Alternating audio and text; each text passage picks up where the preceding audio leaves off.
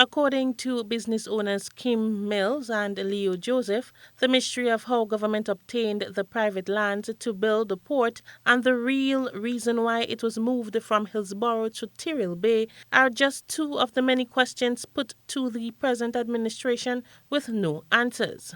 This has led to many speculations and rumors that made residents suspicious of who is benefiting from the development. Businessman Kim Mills says the relocation of the port has removed money from the pockets of many families. Wherever the port is where businesses will congregate, is where population. If you look at any country, you realize that in the area where there's a port is densely populated than any other rural areas, as they would call them.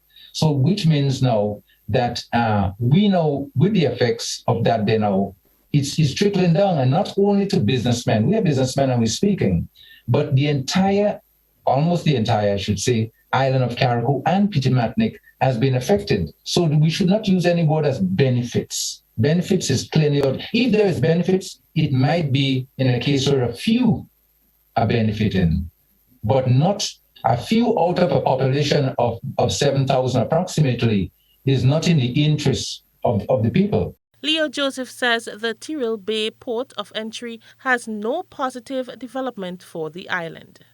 Tyrell Bay is a little yacht haven with basically a reef in the middle of the entrance. The entrance to Tyrell Bay is a couple hundred yards wide. So if we're talking about development for the future, Tyrell Bay is not the spot for it.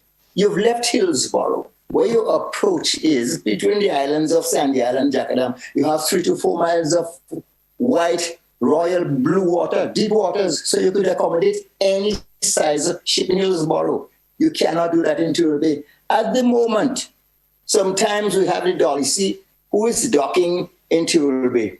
Very shallow draft. And depends on the tide, if they're not careful, they touch, and they'll tell you that all the time. Both Joseph and Mills were speaking on GBN's To The Point program.